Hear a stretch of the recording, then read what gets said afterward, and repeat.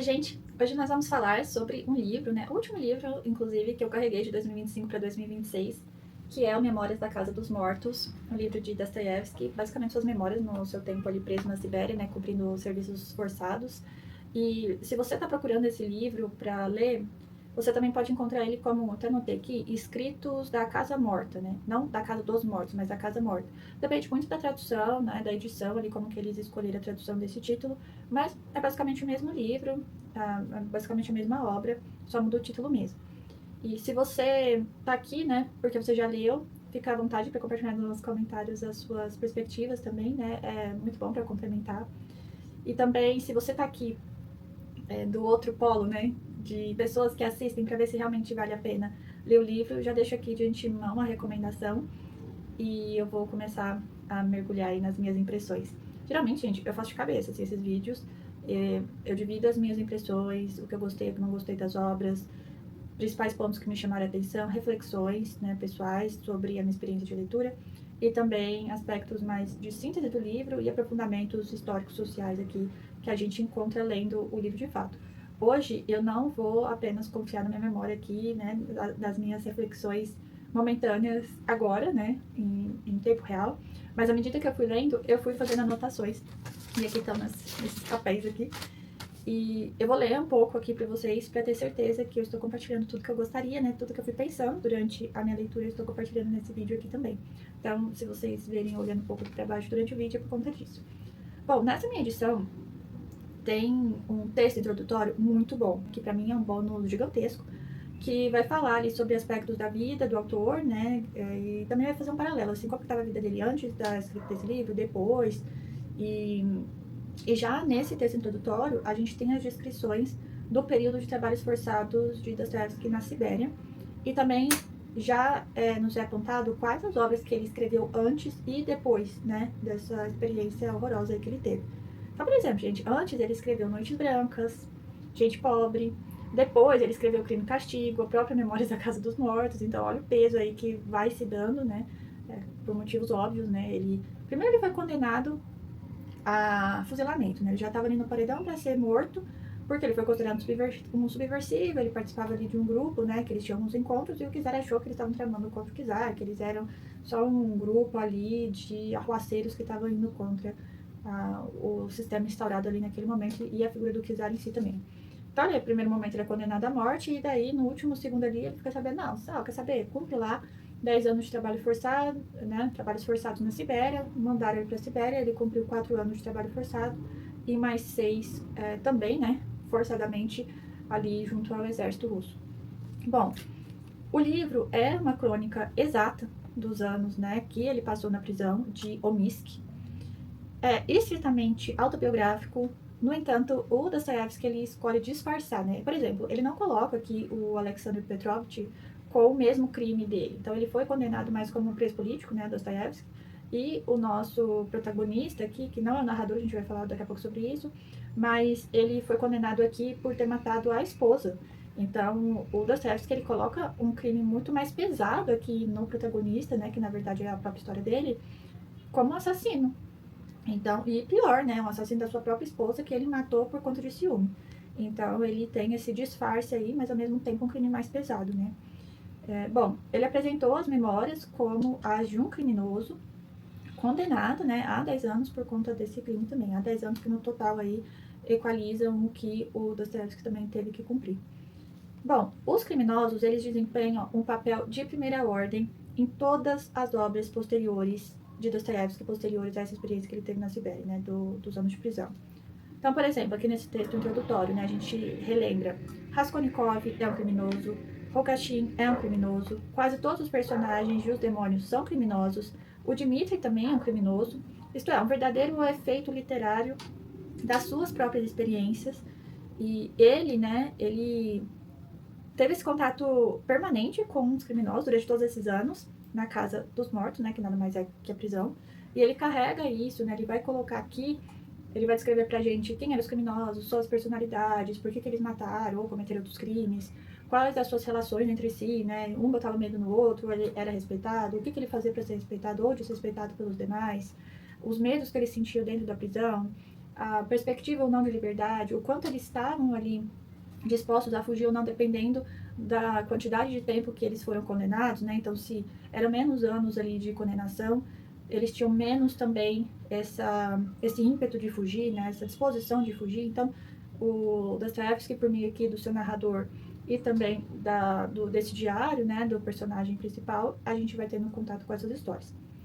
Bom, o crítico russo Leonid Grossman, é especialista em estudos dostoiévskianos, demonstrou que todos os detalhes narrados nas memórias da Casa dos Mortos correspondem exatamente a experiências vividas pelo autor na prisão de Alnisk.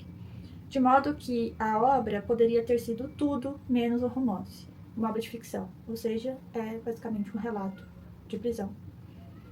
Se são memórias do Dostoiévski, sem sua exposição direta, né, como esse eu, como a história é contada então, né? Bom, por diário. E aí, gente, para vocês que já leram O Lobo da Steppe, vocês vão lembrar, o Hermann Hesse, ele se usou aqui, né, naquela obra, do mesmo subterfúgio que o Dostoiévski criou aqui nessa obra, que é basicamente alguém, terceiro, né, ter contato com os diários de uma pessoa e a história dessa pessoa que deixou os diários que vai ser contada aqui. Aqui é exatamente isso. Alguém achou os relatos, né, os diários, ali, os escritos do personagem principal e compartilhou aqui a sua história. Então, é o mesmo subterfúgio, né? Bom, então, o livro traz, né, como não poderia deixar de ser, considerando a obra completa do autor, um estudo psicológico da alma do criminoso. Não da alma das pessoas. Nossa, o Dostoiévski entende da alma das pessoas. Mas, gente, a gente tá falando de criminoso aqui. E aí, todos os livros dele, depois disso aqui, tiveram criminosos, né? Como a gente acabou de comentar. E, bom, o assassino, né? Aí ele conta aqui sobre assassino de velhos e crianças. Tem o outro que é um homem de energia indomável. E o Petrov, por exemplo, que é o soldado que, quando insultado pelo seu coronel, o matou, inspirado pelo impulso do momento, mas que seria incapaz de matar, como aquele Orlov, né? Que é o que matou ali os velhos e crianças, fria e intencionalmente. Compartilhar, por meio dos seus relatos, sobre esses criminosos. Então, assim, eles pensam antes de matar ou não, eles são mais passionais ou eles realmente são frios e calculistas, né? Tem uma aspas aqui que é assim: reli várias vezes esses passos e fiquei quase convencido que tinham sido escritos por um louco, fecha aspas, né? E isso é na primeira parte do livro. Então, essa pessoa que acha, né, que encontra os relatos do nosso Alexander Piotrovich aqui, ele comenta isso, que ele achava que ele estava lendo os relatos de um louco, às vezes. E aí, isso é na primeira parte do livro, que o Dostoiévski chama de introdução. E aí, junto a isso, a gente fica sabendo aspectos da vida da Sibéria e que o nosso protagonista era da Rússia. Ele dava aulas a uma criança, né, depois de sair ali da prisão, que se afeiçoou a ele, né, andava pelo quarto na madrugada, quase nunca falava com a senhoria de quem alugava um quarto e também não tinha muito traquejo social e vivia desconfiado. Gente, quem que lembra isso aqui? Ó o Raskolnikov aí aparecendo. Mas aqui no caso, né, do Alexander, ele era uma espécie de área, né? Ele realmente tinha sido condenado. E, né, cumpriu a pena lá, todos aqueles anos. E tinha o passado do assassinato na sua história. Então, ele não era um criminoso, assim, criminoso político, né? Um ex-preso político. Não. Ele era um assassino, né? Ele tinha sido um assassino, ele matou sua esposa. Então, logo depois da descrição do presídio, né, que aqui no começo do livro, no diário do Alexandre, a gente tem acesso ao que o Dostoiévski viu ele chegando ao presídio, como que foi a sensação deles, a descrição do presídio em si, né, fisicamente. Então, logo depois da descrição do presídio, a gente já tem contato com uma ideia de que, aí são outras aspas que eu notei, o homem é um ser que a tudo se habitua, e esta é a melhor de suas qualidades. Isso aí é uma ideia que aparece muito nesse tipo de livro que relata sobre períodos preso, né, na prisão, na cadeia, enfim. Porque, pra quem tá fora de lá, sempre pensa, né, pelo menos assim, é um pensamento rotineiro. Como que essas pessoas aguentam, né? Então, isso também acaba lembrando aquele livro Em Busca de Sentido, que fala sobre os campos de concentração, né, como que as pessoas conseguiam se manter vivas, né, e com certa esperança, assim, de sair dali, enfim. Aí o Alexander, ele pensa isso depois de avaliar como aqueles homens conseguiram sobreviver, sem enlouquecer por décadas ali trancados, né?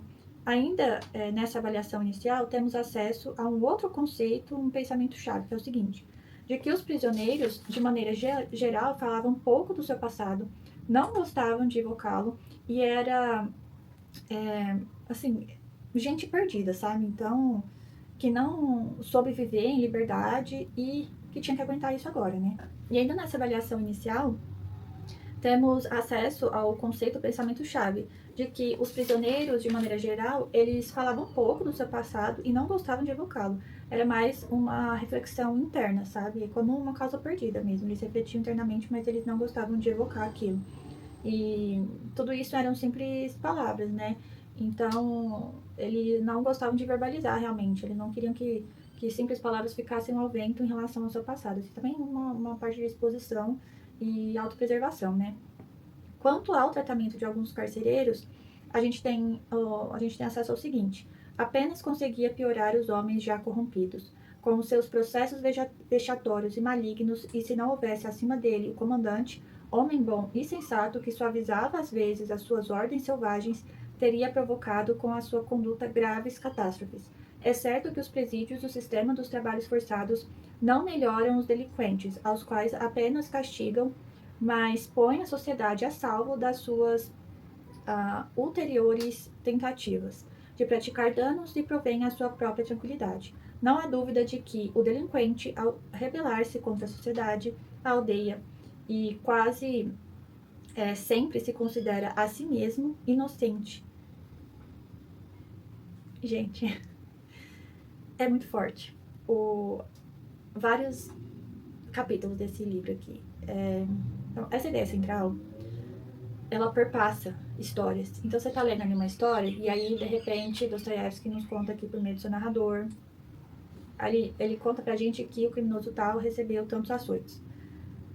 E ele passa a compartilhar, assim, o quanto que, às vezes, dependendo... Por exemplo, se o criminoso não fosse alguém de elite, como Dostoiévski era e como o personagem aqui principal era, se esse criminoso não fosse dessa elite, ele era mais suscetível a esses castigos, porque esses superiores aqui, né, esses carrascos, eles não pensavam muito antes de fazer, entendeu? Então, qualquer coisinha ali que eles fizessem de errado ali no dia a dia, ou que esses homens achassem que fosse errado, eles já maltratavam e batiam nos criminosos, nos presos, né? E se fosse alguém, assim, que nem o Dostoiévski, que nem aqui, né, o Alexander, né, mais que vieram da nobreza e tal, não era mesmo. Não era essa mesma abordagem, sabe? Era realmente se fosse muito necessário, entre muitas aspas, né, gente? Porque não tinha, assim, qual que é a necessidade de você açoitar as pessoas, ou quem tava cumprindo aqui pena. Não tinha isso pré-definido. Então, assim, eles tiravam da cabeça deles. E eles faziam esse tipo de diferenciação, sabe? Bom, essa é a ideia aqui, que a gente tem acesso também. De maneira geral, roubava-se todos uns aos outros de uma maneira terrível.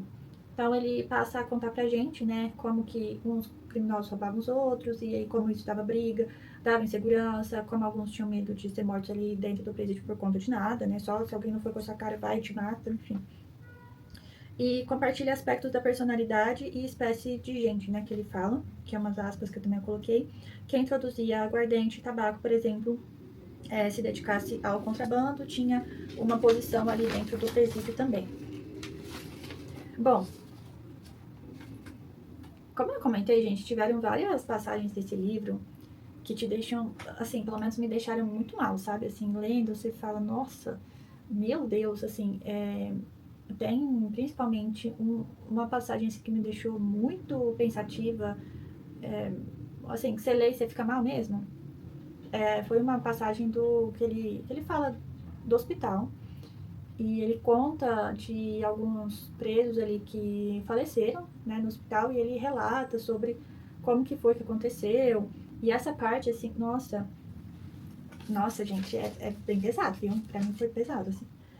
Bom, ele lembra do primeiro mês, mas depois os próximos até quase completamente confundem-se entre si, deixando-me apenas uma impressão total, pesada, monótona, sufocante.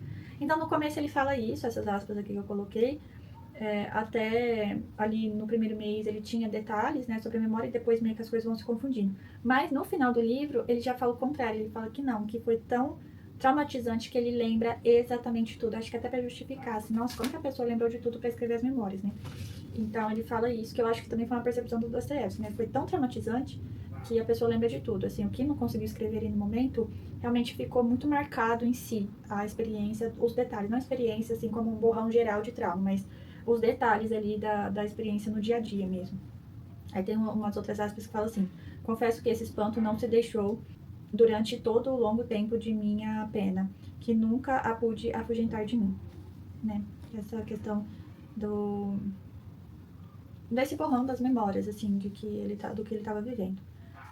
Mais horrível castigo, um castigo que metesse medo e fizesse tremer antecipadamente o criminoso mais valente. Não precisava senão dar ao seu trabalho o caráter de uma inutilidade e total absoluta carência de sentido. Se sem resultado, penso que o recluso se suicidaria passados alguns dias ou cometeria 1000 desacatos para, ainda que fosse à custa de sua vida, se ver livre de humilhação, de vergonha e de escárnio semelhantes. Então ele começa a compartilhar como eles eram maltratados ali dentro do presídio. Aí depois ele fala do inverno, que eles enfrentaram menos 40 graus, essa convivência forçada, né? Que ele tinha que conviver com essas pessoas, apesar do Dostoiévski ter colocado um crime bem sério aqui pro protagonista, né? Mesmo assim, o Alexander ele fala assim, nossa, eu tive que conviver ali com um pessoal que fez ainda pior que eu, então a gente tem esse tipo de coisa. Bom, a primeira vez, né, que é mencionado um preso político, os condenados tinham um ódio muito grande pelos polacos. Muito mais até pelos polacos do que pelos deportados russos de sangue azul. Os polacos refirem unicamente dos delinquentes políticos. E aqui, né, ele está fazendo uma referência. Tem essa aspas aqui que eu separei para compartilhar com vocês. Aristocratas russos, sem contar comigo, havia 4. Uma criatura reles e má, extremamente depravada, espião e delator por ofício. Então aqui ele cita assim o que lhe condenaram à morte, né? Foi isso que foi condenado à morte. E embora ele tivesse suavizado a sentença, né, e mandado para a Sibéria, que foi a sentença que no final o Dostoiévski recebeu pelos trabalhos forçados, então ele coloca também um pouco da sua história nesse personagem aqui. Bom, aí ele fala como que os aristocratas eles eram tratados, que eles eram tratados assim melhor pelos carcereiros, mas muito pior pelos outros presos. E aí ele fala sobre diversos personagens, ele fala, por exemplo, sobre o Gazin, sobre o Sirotkin. Aí eu vou compartilhar aqui com vocês, né, para relembrar esses personagens e ter um pouco mais de panorama de quem eram essas pessoas. O Sirotkin, por exemplo, ele lhe chamou a atenção que era uma criatura muito enigmática, pertencia à seção especial, isto é, à Perpétua, e justamente por isso era considerado um dos delinquentes militares mais graves. Não tinha ofício, mas recebia dinheiro com frequência. É difícil supor em que poderia pensar. O Alexander aqui fica curioso, ele pergunta uma vez que estavam juntos na enfermaria o motivo. Ele matou o comandante dele quando era soldado. Bom, e aí o Alexander falava, nossa, que ele era bonito demais para ter cometido um crime. Enfim, pensamentos ali do dia a dia. O Gazin já era um indivíduo terrível, procurava em todos uma estranha impressão de horror. Parecia-me que não podia existir criatura mais feroz e abominável. Ele era feio, falavam que era um criminoso vil, matando mulheres inocentes com requintes de crueldade. Parecia-me às vezes que tinha diante de mim uma aranha enorme, gigantesca, de forma humana. Cabeçorra disforma, desproporcionalmente grande, andava corcovado e olhava de baixo para cima. Embebedava-se 2 vezes por ano. E era então que aparecia à superfície a todos a bestialidade de sua natureza. Aí tem 2 aspas aqui, aspas finais aqui que eu gostaria de compartilhar com vocês. A primeira é assim, que dialoga com o título do livro, né? Apesar de todas as medidas que se temem, não é possível a fazer do homem vivo um cadáver, pois consulta os seus sentimentos, a sua sede de vingança e de vida, as suas paixões e as necessidades de satisfazê-la. E aí uma segunda aspas aqui, que eu separei, fala o seguinte: necessidade de remexermos propositadamente na ferida pelo desejo de nos distrairmos com o nosso próprio sentimento, reconhecendo precisamente que no exagero de toda a infelicidade há também um prazer, que é esse fato de eles ficarem remoendo dentro de si, né, o que aconteceu e por que eles foram parar ali, e não necessariamente compartilhar isso externamente, mas isso remói muitos deles, né, internamente. Bom, a minha experiência com esse livro, ela foi foi uma leitura de muitos meses. Pode botar em uns 4 meses que eu fui lendo gradativamente esse livro, porque eu achei um livro pesado.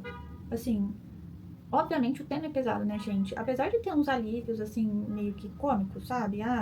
no teatro, quando eles estão fazendo o teatro do Natal. Tem uns alívios, assim, de amizades que às vezes são criadas, mas, na minha opinião, são, assim, detalhes da obra. O resto, gente, é isso aqui que eu acabei de compartilhar com vocês.